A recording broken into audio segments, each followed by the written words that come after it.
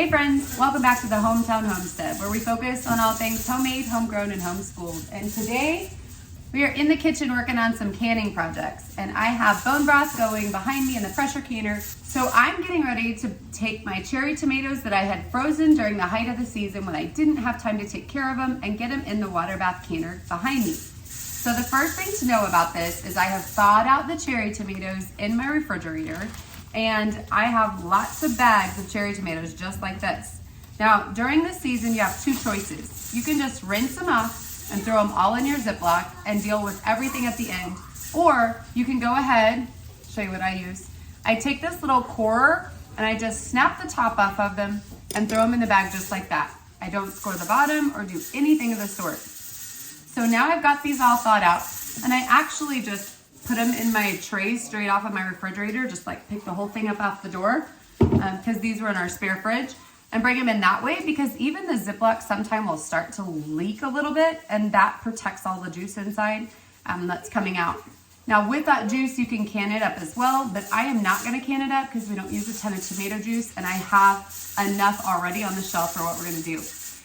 But I'm gonna bring you down low so you can see exactly how I pack these cherry tomatoes and just how easy they are to peel once they are thawed and are soft and ready to go from the refrigerator. So let me bring you down close. Okay, so to my jar, I am using wide mouth pints, by the way.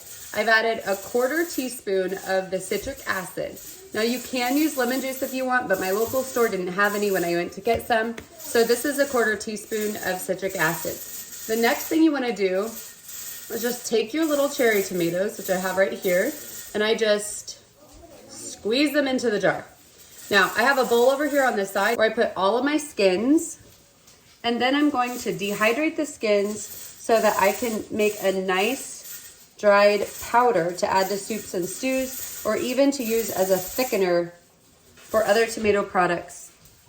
So I'm gonna get this filled really fast.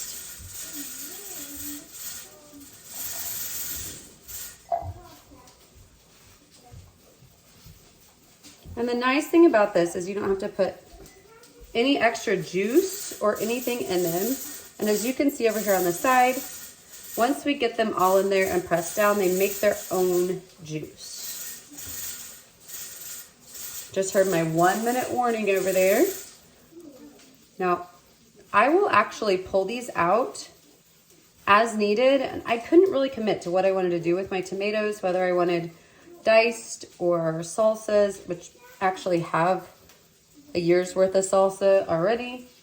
But I just really couldn't commit to how I wanted to preserve these, so I decided just to leave them whole.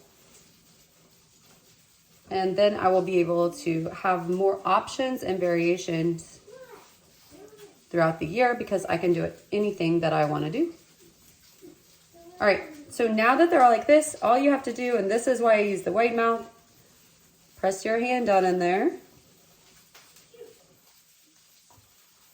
And you want to use 1-inch headspace on these.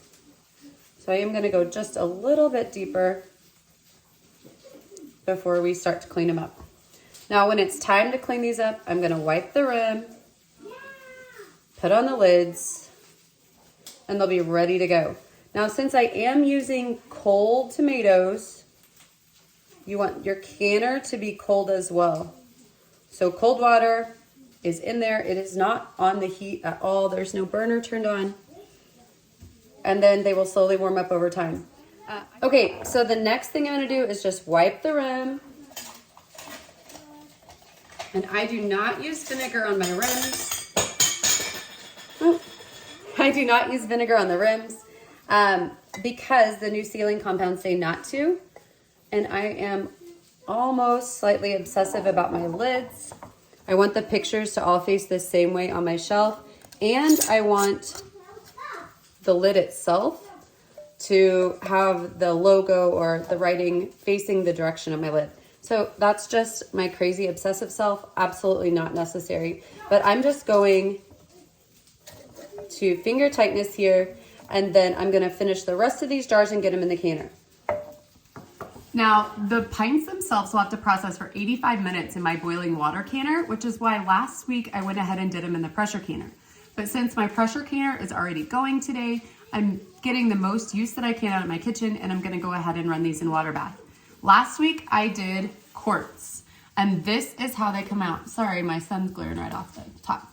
You can see you have juice down here in the bottom and the tomatoes to the top. You can throw this completely into a food processor if you want them diced or to make salsa or whatever. So I will just open this up, run it to whatever texture and consistency I need for my recipe, and then toss it in. So I wanted to show you what they're gonna look like when they come out.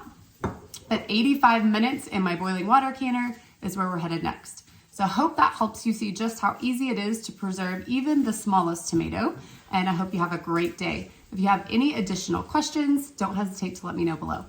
Thanks for stopping.